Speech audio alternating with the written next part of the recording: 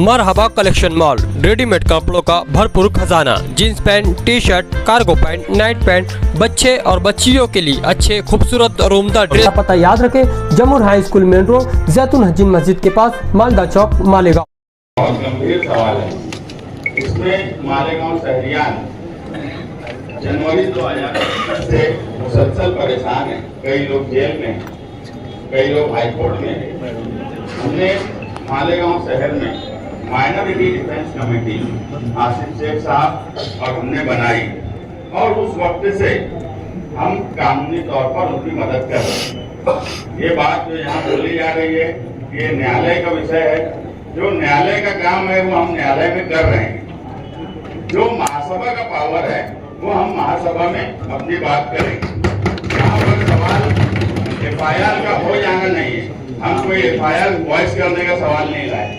हमने कोई न्यायालय से वापस ले लो, ये हमारा सवाल नहीं। हमारा सवाल सीधा सा है कि 1044 जन्म दाखिले जो तहसीलदार के आदेश पे कारपोरेशन के हेल्थ डिपार्टमेंट ने दिया, क्या वो 1044 आदेश हेल्थ डिपार्टमेंट में आए थे कि नहीं आए थे मैडम? हेल्थ ऑफिसर का भी ये मानना है कि 1044 दाखिले महानगर पालिका के हेल्थ डिपार्टमेंट में आए। उसके बाद हमने जन्म दाखिले इशू किए और वो जन्म दाखिले जिनको मिले उन्होंने उसका इस्तेमाल अपने तौर पे, जिसको आधार कार्ड बनाना था, किसी को पासपोर्ट बनाना था, किसका स्कूल में एडमिशन का काम था, ये सारे काम काज इस पर हुए। मगर जब इंक्वायरी शुरू हुई, उस इंक्वायरी में सिर्फ मालेगांव शहरियान नहीं गए, यानी उसमें तकलीफ में आए ऐसा नहीं है। महानगर पालिका के प्रभाग अधिकारी, हेल्थ डिपार्टमेंट के लोग भी परेशान हुए। जो तहसीलदार ने 1044 दाखिले दिया था, मुझे कोई बता दे, नीलेश नायक साहब बोल रहे थे कि लोगों ने सिक्का और सिग्नेचर बाहर कर लिया। तो ये हेल्थ ऑफिसर साहबा बोलती है कि हमने बगैर नाम की FIR, ठीक है, मेरे घर चोरी होगी तो मैं कोई चोर का नाम बोल के FIR नहीं करूंगा। मैं बोलूंगा मेरे घर ऐसी ऐसी चोरी हुई। चौकसी में पुलिस अब किसका नाम लेती है, ये सवाल था। सही बात ये थी कि ये FIR होना ही नहीं चाहिए और कारपोरेशन के हेल्थ ऑफिसर की तरफ से तो कतई नहीं होना चाहिए, क्योंकि उनके पास 1044 आदेश आए थे और 1044 आदेश पर अरीजेदार या कोई एजेंट साइन कर सकता है या सिक्के लगा सकता है, ऐसा मुमकिन ही नहीं है। मैं सिर्फ आपको बताऊंगा कि ये नायब तहसीलदार की सिग्नेचर, जिसको बोलते हैं कि ये मेरी सिग्नेचर नहीं है। मुझे बताया जाए कि कोई अरीजेदार ये 1044 इस तरह की सिग्नेचर कर सकता है क्या? कोई दुनिया में इतना माहिर हो सकता है कि 1044 पे अलग अलग लोग, हेल्थ ऑफिसर अलग साइन, उनके अरीजे पे डुप्लीकेट साइन कर ले, मैं डुप्लीकेट साइन कर दूं और सबका स्ट्रोक इसी तरीके का हो, ये मुमकिन है क्या? ये पहली नजर में ही ये समझ में आता है कि ये साइन तहसीलदार की ही है और इस साइन को, जिसपे 2416 दाखिले हमने दिए हैं, जिसको माना जा रहा है कि आदेश आया है, यही वो भी साइन है तहसीलदार की, नायब तहसीलदार की। मुझे बताइए कि इसमें कौन से स्ट्रोक में फर्क है? कौन बोल सकता है कि ये स्ट्रोक, ये हैंड कोई और हाथ का है और ये हैंड कोई और हाथ का है? जब स्ट्रोक सेम हमको दिख रहा है तो क्या ये हेल्थ ऑफिसर कमिश्नर साहब को 1044? सबसे पहले तो अगर ऐसा सवाल आया था, इन्होंने डिपार्टमेंटल इंक्वायरी करना चाहिए था कारपोरेशन में। हमारा इख्तियार है, हम डिपार्टमेंटल अगर इंक्वायरी उस वक्त करते कि 1044 दाखिले में सिग्नेचर, सिक्के ये बराबर है कि नहीं, तो आपके प्रभाग अधिकारी पे गुनाह नहीं दाखिल होता, लोगों पे गुनाह नहीं दाखिल होता। गुनाह दाखिल हुआ है अभी तक 1083 लोगों पे। 1083, इसमें 700 महिलाएं। आप दोनों महिला है यहाँ पर। आप लोगों के सामने ये सोचने का सवाल है कि 700 महिलाओं पर गुना दाखिल हुआ जिसमें उनकी कोई गलती नहीं है, जिसमें उनका कोई गुनाह नहीं है, उसके बावजूद उन पर गुनाह दाखिल हुआ है। अब एक चीज हो गई है, हमको उसका समाधान निकालना है। हमको किसी भी तरीके से उसको कानूनी तौर पर उसका रास्ता निकालना है। हमारी इस मामले में ना शासन से कोई लड़ाई है, ना प्रशासन से कोई लड़ाई है, ना सरकार से हम लड़ना चाहते हैं। हम सिर्फ इंसाफ के लिए कि 1044 लोगों के साथ अगर नाइंसाफी हुई है, उसमें सिर्फ मुसलमान है ऐसा नहीं, दूसरे मजाहिब के लोग भी उस 1044 में जिन पर गुनाह दाखिल हुआ है, वो भी आसिफ शेख साहब और हमारे पास वो लोग भी आ रहे हैं, हम उनकी भी मदद कर रहे हैं। बोलने का मतलब ये है कि अगर प्रथम देखने पे ही ये लगता है कि ये साइन तहसीलदार की है, तो मेरी तजवीज ये है कि ऑथोराइज्ड हैंड राइटिंग एक्सपर्ट के पास 1044 जो दाखिले आदेश दिए गए हैं, वो आदेश ऑथोराइज्ड हैंड राइटिंग एक्सपर्ट के पास भेजा जाए और वो सिग्नेचर वेरीफाई होकर आ जाए। उसके बाद कानूनी तौर पर हमको पूरे शहर के लिए माइनॉरिटी डिफेंस कमेटी को कानूनी तौर पे न्यायालय में क्या करना है वो हम करेंगे, मगर इसको हैंड राइटिंग एक्सपर्ट के पास आप भेजिए और ऑथोराइज्ड हैंड राइटिंग एक्सपर्ट के पास भेजिए। उसकी फीस महानगर पालिका अदा करे और वहां से हैंड राइटिंग एक्सपर्ट की रिपोर्ट आ जाएगी, दूध का दूध और पानी का पानी हो जाएगा। एक ही आरोपी इसमें हो सकता है, वो सिर्फ और सिर्फ नायब तहसीलदार, और 1044 लोग आरोपी हो ही नहीं सकते। और तहसीलदार को गुनाह दाखिल करना चाहिए, हैंड राइटिंग एक्सपर्ट की रिपोर्ट आ जाने दो और उसके बाद हम जो है न्यायालय में उसका इस्तेमाल कैसे करना है वो अल्लाह के करम से minority defence committee Asif Sheikh sahab और हमको अच्छी मालूमात है, हम अच्छे तरीके से उसको हैंडल कर सकते हैं। आप सिर्फ हमारी इतनी मदद करिए कि हैंड राइटिंग एक्सपर्ट से इसकी जांच करवा के हमको मंगा दीजिए।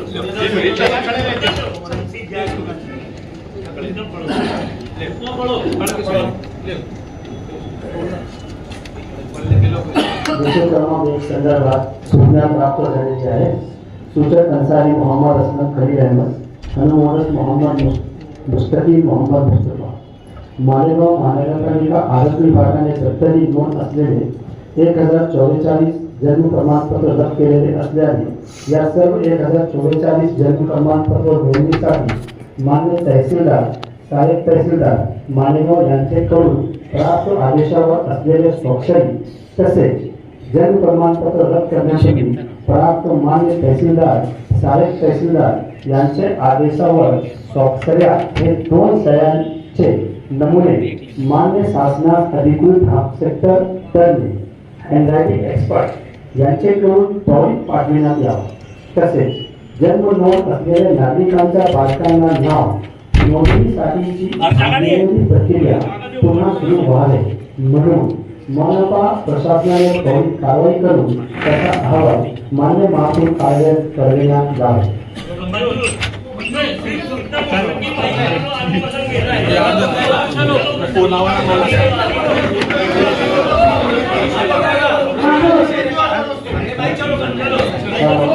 सूचक मोहम्मद मुस्तकीम मोहम्मद मुस्तफा, अनुमोदक अंसारी मोहम्मद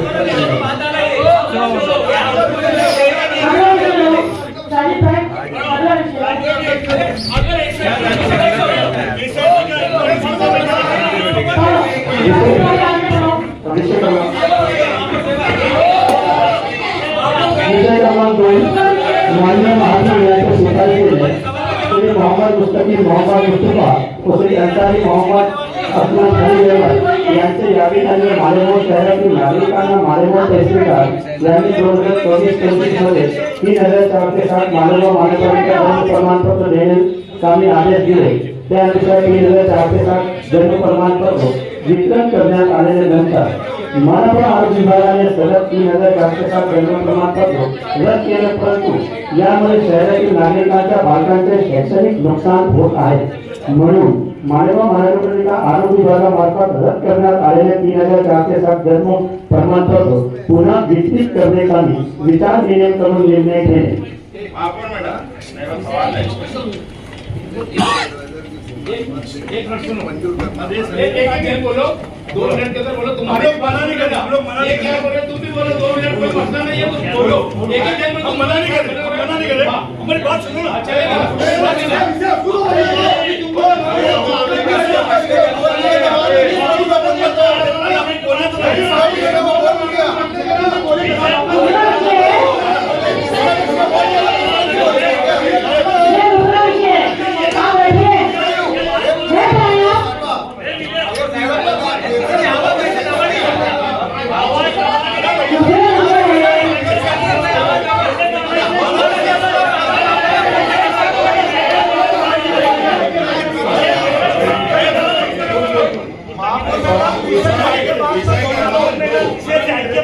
विषय क्रमांक 2 जो है वो भी जन्म दाखिले का ही सवाल है और 3460 2024-25 में तहसीलदार जो आदेश देता था उस आदेश पर तहसीलदार के आदेश पे महानगर पालिका जन्म दाखिले दिया करते हैं। 24-25 जनवरी में कुछ लोगों ने मालेगांव शहर पर झूठा इल्जाम लगाया कि यहाँ पे बांग्लादेशी और रोहिंग्या रहते हैं। वो इल्जाम बिल्कुल बेबुनियाद था।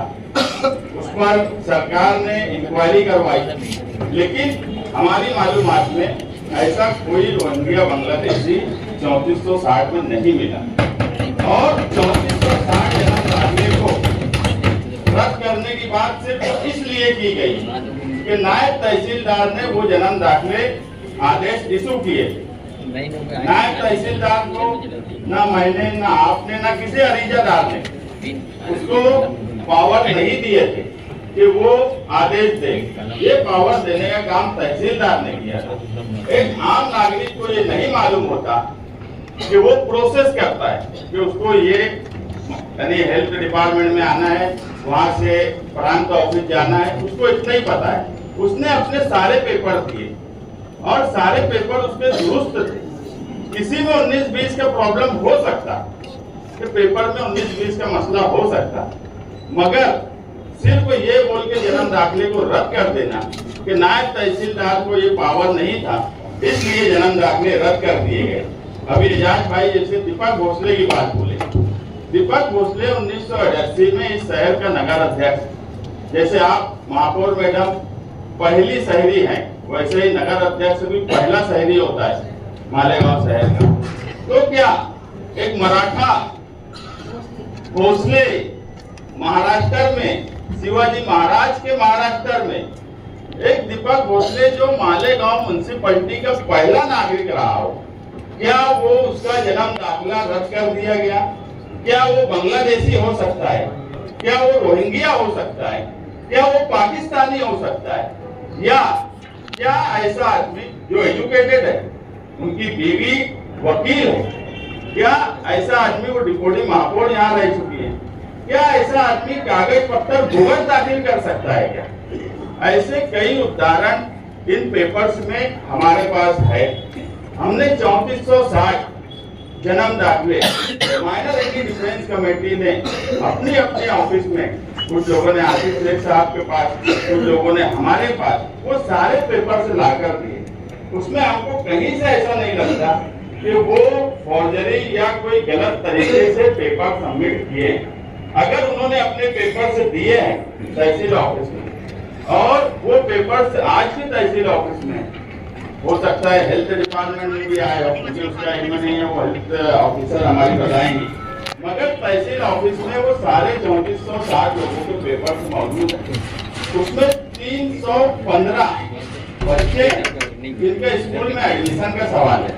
कुछ लोगों ने एडमिशन ले लिया है, सीनियर केजी और जूनियर केजी से जूनियर केजी में आ गए। कुछ लोग इस साल पहली फर्स्ट क्लास में जाने वाले हैं। हमने जूनियर केजी और सीनियर केजी में तो स्कूलों में हमने ये बात की कि अभी जन्म दाखिले अगर रद्द हुए तो हम आपको फर्स्ट क्लास में जाने से पहले वो जन्म दाखिले हम स्कूल में उन बच्चों को कोशिश करेंगे बनाकर दे दें। मगर अब वो अप्रैल से पहली क्लास में जब जाएंगे तो कायदे से उनको जन्म दाखिला नहीं दिया गया तो उन बच्चों का एडमिशन रद्द कर दिया जाए। उनकी पूरी जिंदगी जो हिंदुस्तान में पैदा हुए, जो मालेगांव शहर में पैदा हुए, जिनके पास टोटल प्रूफ है, उनकी पूरी जिंदगी एजुकेशन उनका खराब होगा, इसका जिम्मेदार कौन? उनके पास निकले 1044 तो उनके पास रिकॉर्ड नहीं मिला, तो जिनके पास रिकॉर्ड नहीं मिला उन्होंने बोल दिए कि 1044 का हमारे पास रिकॉर्ड नहीं है, तो उससे तुमको क्या लेना था? तुमको क्या देना था? उससे तुमको कुछ लेना देना ही नहीं था। बोलना तुम्हारा रिकॉर्ड तुम ढूंढो, हमारे पास आदेश आया था, हमने जन्म दाखिला बना के दिया, लेकिन आपने ऐसा नहीं करते हुए उनकी बातों को सुन के कोई फॉरेस्ट स्लैब में उनकी साइन नहीं भेजी कि वो बोलते कि दाखिला हमने नहीं बनाए। तुम्हें कैसे मान लिए कि जो 1044 दाखिला है ये उनका दिया हुआ नहीं है? उनके पास रिकॉर्ड हो, तहसीलदार के पास या ना हो, तहसीलदार ने बनाया या उन तहसीलदार ने बनाया, हमको उस पर कोई बहस नहीं करना है। मेरा बोलना ये है, तहसीलदार ने अगर आपको ये लिख के दिया कि भाई हमारे पास 1044 दाखिलों का रिकॉर्ड नहीं मिल रहा, तो इसका मतलब वो सब चोर हो गए क्या? 1044 लोग चोर हो गए क्या? वो गुनहगार हो गए क्या? आपको वो साइन कम से कम या तो उनको ही लेकर लिखते, ये सब साइन लैब में नहीं पेश करते, उनके पास वापस भेजते कि तुम देखो तुम्हारे पास रिकॉर्ड है कि नहीं, हमारे पास तो तुम्हारा आदेश आया है ना।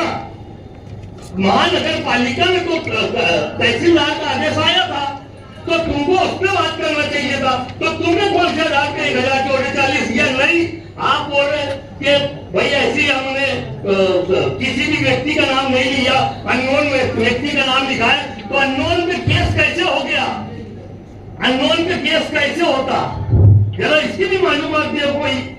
यहाँ पे हमारे जो वकील साहब है वो मालूम नहीं पाते, अननोन पे केस कैसे हो गया?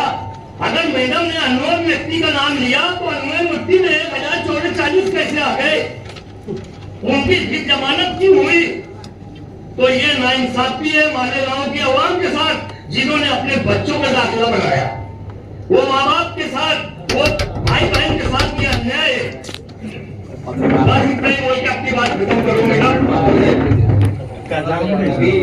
मतलब मैंने बोला है कि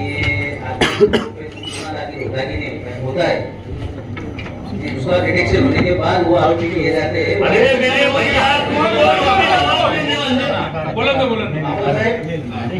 हमारा ये कहना है, ये न्यायालय पर इसमें महासभा को हस्तक्षेप करने की पावर है या नहीं? जो भी बापू साहब मैं पहले ही बोल चुका हूँ कि मुझे कानून के आइन की कोई बात करनी नहीं है, तो वो हमको भी समझना है कि न्यायालय बात है, हम उसका कुछ विश्वास कर दीजिए, लेकिन हमारी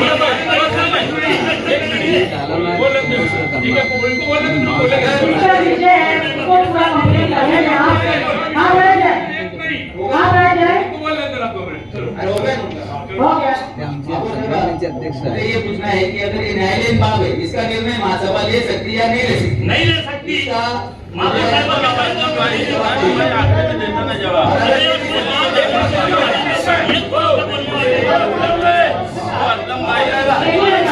इसका विषय है, वो जवाबदारी लेगा, वो जवाबदारी लेगा। अगर महासभा इसका निर्णय नहीं ले सकती तो ये विषय महासभा में क्यों आया?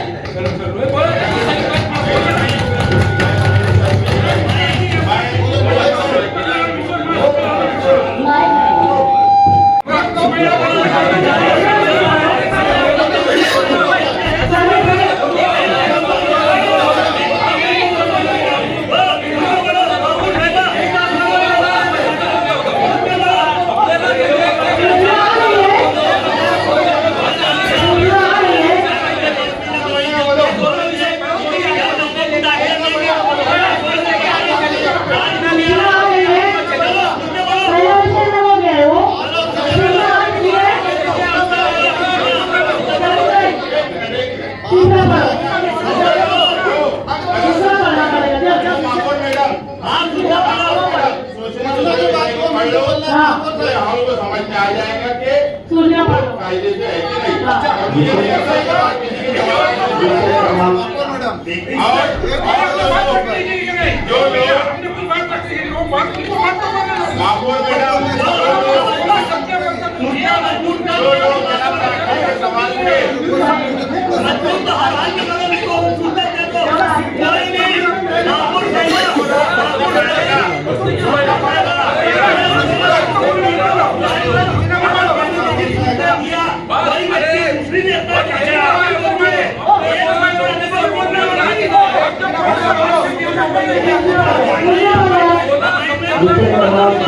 संदर्भात सूचना प्राप्त झालेली आहे.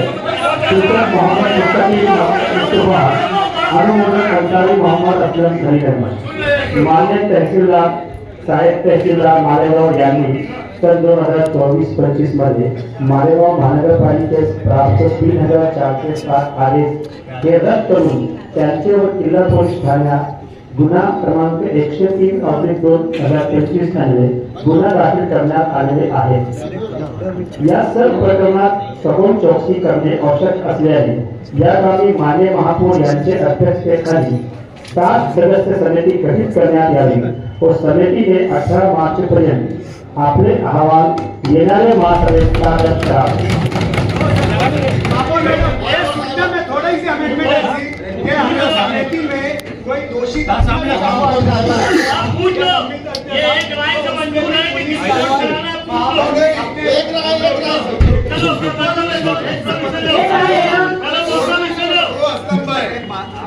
अरे यार तुम सीनियर हो क्या ऐसा आंच चलाएंगे क्या? यही तो बोल रहा हूं. अरे पहले पूछना ही नहीं, सूचना के ऊपर बात होगी नहीं. सीनियर है तो मालिक भाई आप. अरे मैं तुमसे सीनियर ही है.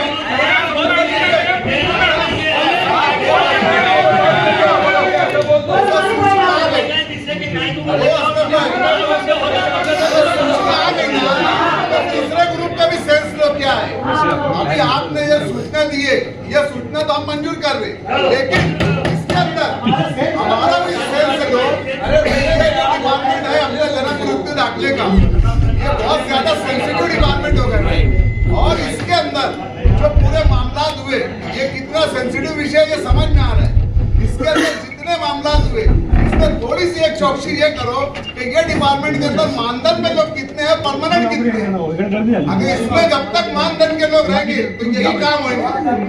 इसके अंदर ये डिपार्टमेंट बहुत जिम्मेदार डिपार्टमेंट है, इसके अंदर परमानेंट अधिकारी रखना चाहिए. ये हमारे उसमें ऐड करो.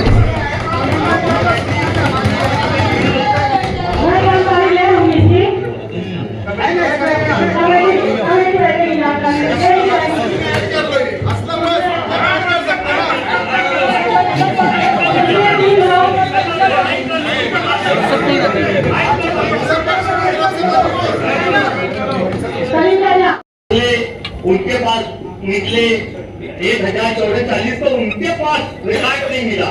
तो जिनके पास रिकॉर्ड नहीं मिला उन्होंने बोल दिए कि 1044 का हमारे पास रिकॉर्ड नहीं है. तो उससे तुमको क्या लेना था? तुमको क्या देना था? उससे तुमको कुछ लेना देना ही नहीं था.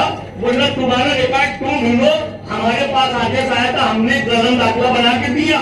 लेकिन आपने ऐसा नहीं करते हुए उनकी बातों को सुन के कोई फॉरेस्ट लैब में उनकी साइन नहीं दे दी कि वो बोलते कि दाखला हमने नहीं बनाए.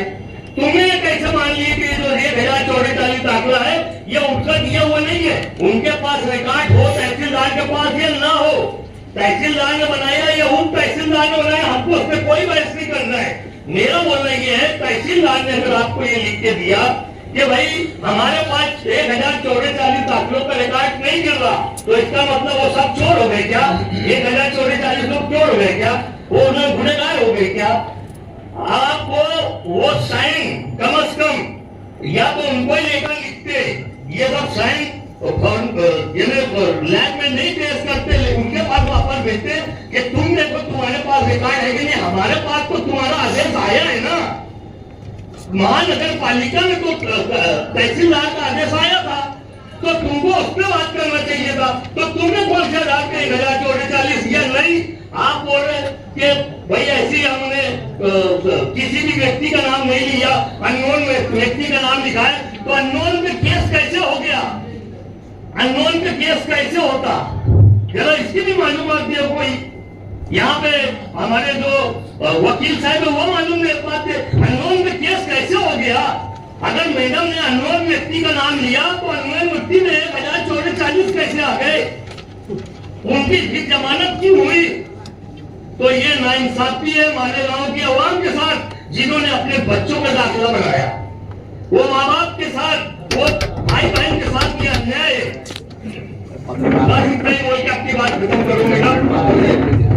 अभी मतलब मैंने बोला है कि होता कि नहीं होता है, उसका डिटेक्शन होने के बाद वो आरोपी किए जाते हैं। अरे मेरे भैया हमारा ये कहना है, ये नायक बात इसमें महासभा को हस्तक्षेप करने की पावर एएमई महाराजी देव जो भी बापू साहब मैं पहले ही बोल चुका हूँ कि मुझे कानून के हाइट के कोई बात करना ही नहीं है। तो बोलो हमको भी समझ में कि न्यायालय बात है, हम उसका कुछ विश्वास कर दीजिए, लेकिन हमारी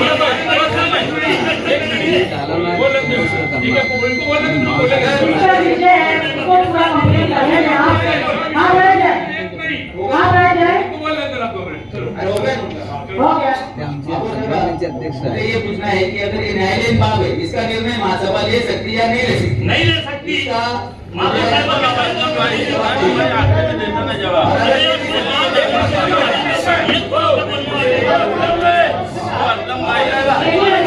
इसका विषय है वो जवाबदारी लेगा, वो जवाबदारी लेगा। अगर महासभा इसका निर्णय नहीं ले सकती तो